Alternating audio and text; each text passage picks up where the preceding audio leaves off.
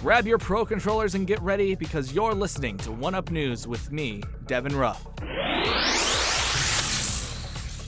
Your destination for the latest in gaming and tech news.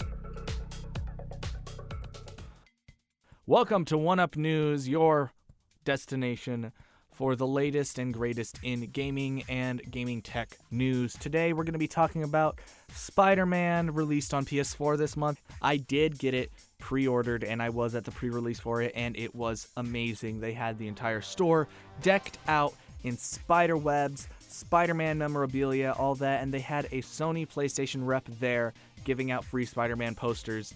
It was amazing, and I took it home that night and played it. And just loading into the title screen feels right. You load up into the title screen, and Spider-Man is standing there on the side of a building, and there's orchestral music in the background, plus just, ambient sounds of the New York City streets below, and it puts you into the mood right away. Now, as I like to do with reviews, I want to start first with the gameplay, second with the story, and third, my issues with it. So first, the gameplay. You are rushed right into it.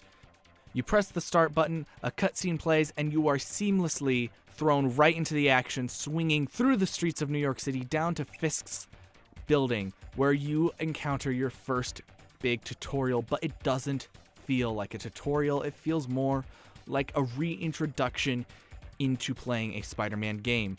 Now, to see where I'm coming from, I haven't played a Spider-Man game since the PlayStation 1. When I tried to play another Spider-Man game, I tried playing it on the GameCube, and it was based off the first movie by Sam Raimi, starring Tobey Maguire, and I wasn't as into it. Now, of course, I never played Spider-Man 2, which is what a lot of people are comparing this game to.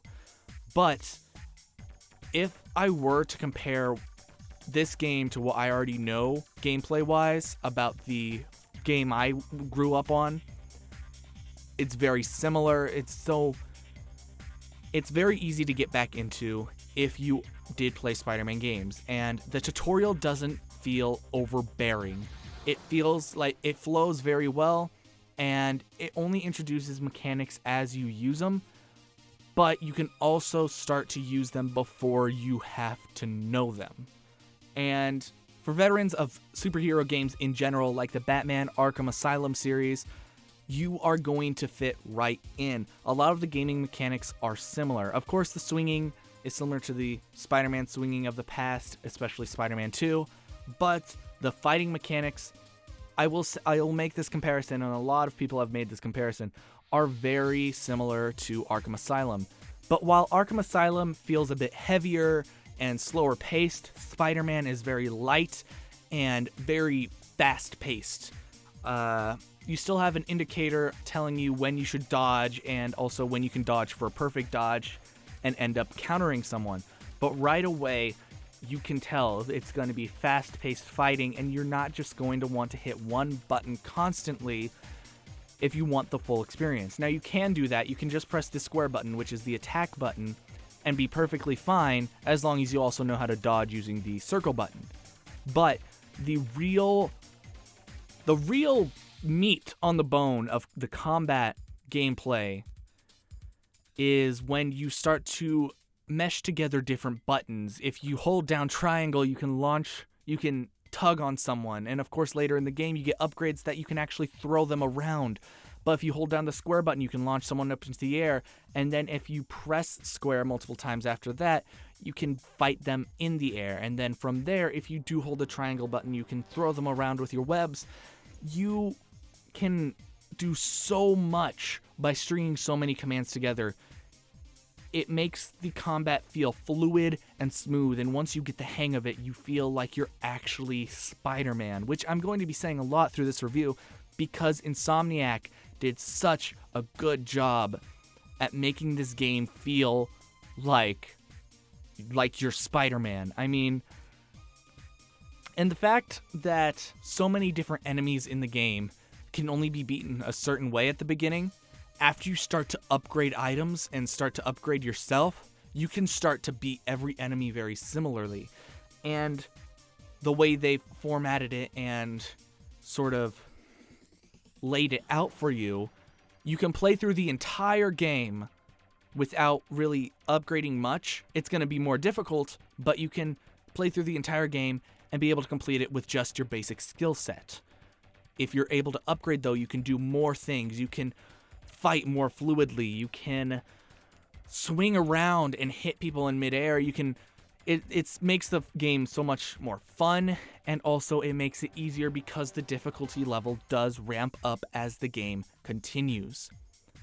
So gameplay-wise, it's very smooth. It feels right, and the first time you swing, it feels like it's just perfect.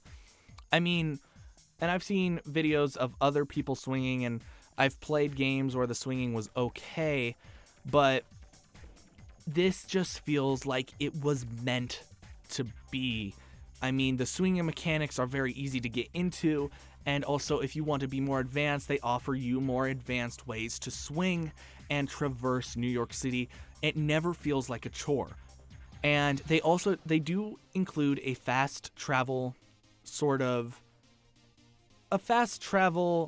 option for those who want to get to different places very quickly, but it never feels like you have to use it. There was only one time I ever had to use it in-game, and that was when the game required me to, due to a tutorial. Otherwise, zooming through the huge New York map that they have laid out for you it doesn't feel like a chore. It feels like something I want to do. It's that fluid, it's that fun, it's that amazing. So enough with the gameplay, let's get into the story. Spoilers ahead for those of you who might want to play the game or haven't played the game yet or anything like that. I will try to keep this as spoiler-free as possible, but it's going to be hard. Basically, you play as Peter Parker, the best-known Spider-Man, most well-known Spider-Man.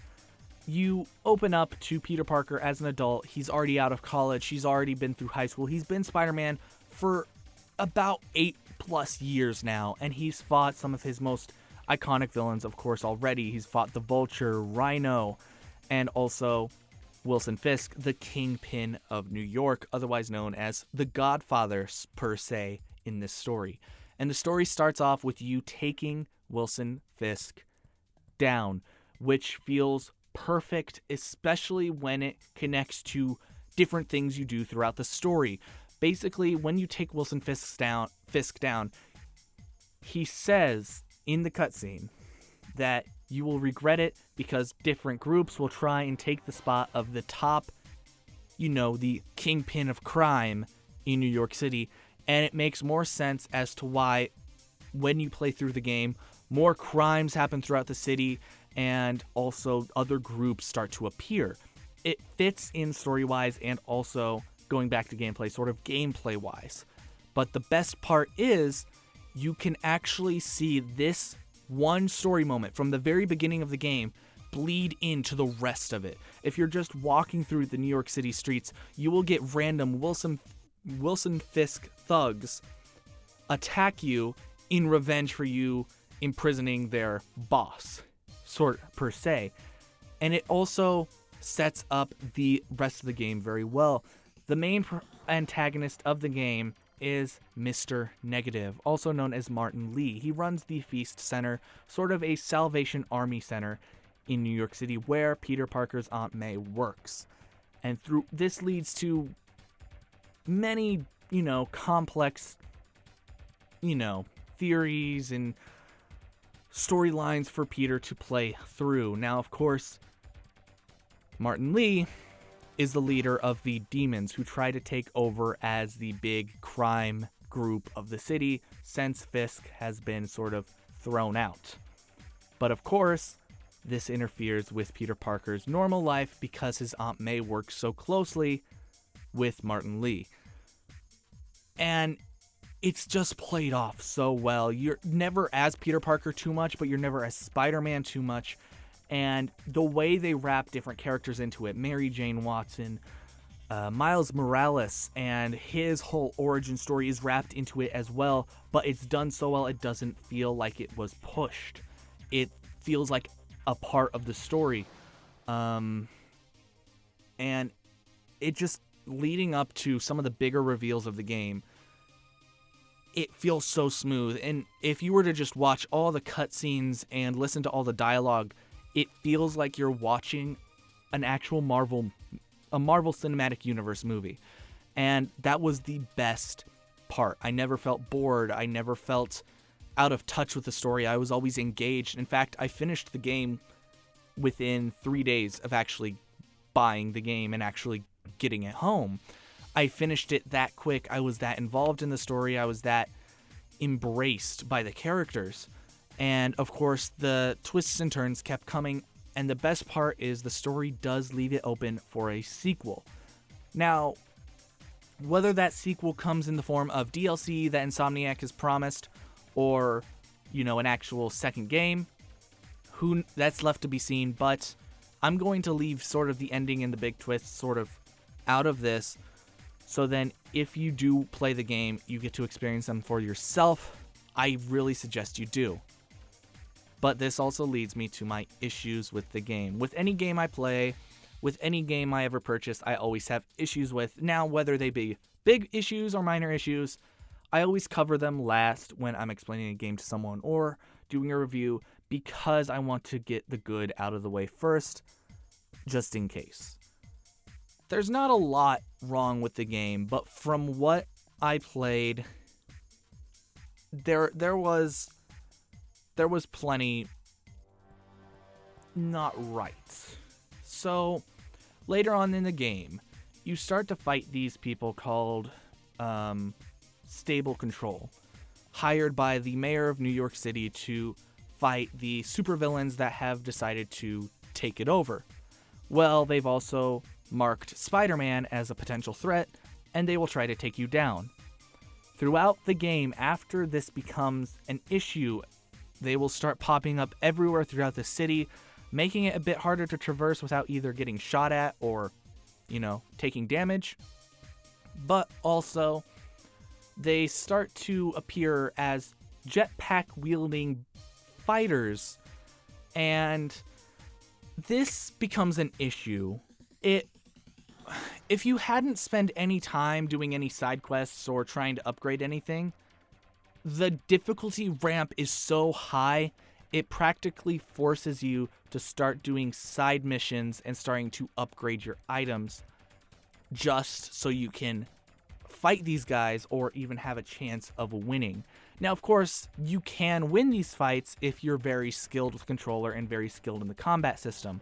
But for someone who was just playing through the game and didn't understand it, it was a huge roadblock to come across. And I didn't like the way it sort of forced me to do the side missions. Now, the side missions I had no problem with. The side missions are actually very easy to do, and they don't take too much away from the story. They don't take you out of the way too much. But the fact that the game sort of forces you to do it kind of took away from the gameplay, at least myself. It took me out of it for a bit. But that wasn't the only issue. The story felt rushed. The first part of the story was very, simple and a lot of lower end stuff. And then when you start to get into the bigger name villains like Rhino, Vulture, Scorpion, Electro, they're all presented at once. And they're treated more as a boss rush and not even a well-constructed boss rush. Basically, you fight Vulture and Electro at the same time and take them down using quick time events and also your webbing.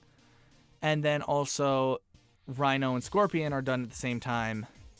And again, you use webbing and sort of quick time events to take them down. It doesn't feel like you're hunting them down or anything like that. It felt rushed and too fast. The entire villain fighting part of the game felt way too rushed, including the final boss battle. It didn't feel like there was any build up to it. It didn't feel like Peter had gone out to try and find these people. They just appeared, and that's when you fight them, and that's when you take them down.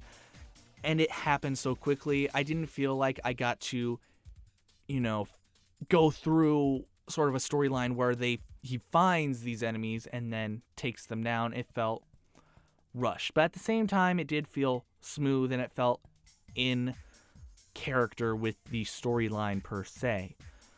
But if they were to make any changes for either a sequel or any DLC, I would say the pacing of the story either needs to be sort of quickened a bit at the beginning, not too much, but just the tiniest bit, and then slowed down at the end so it doesn't feel like you're rushing through it.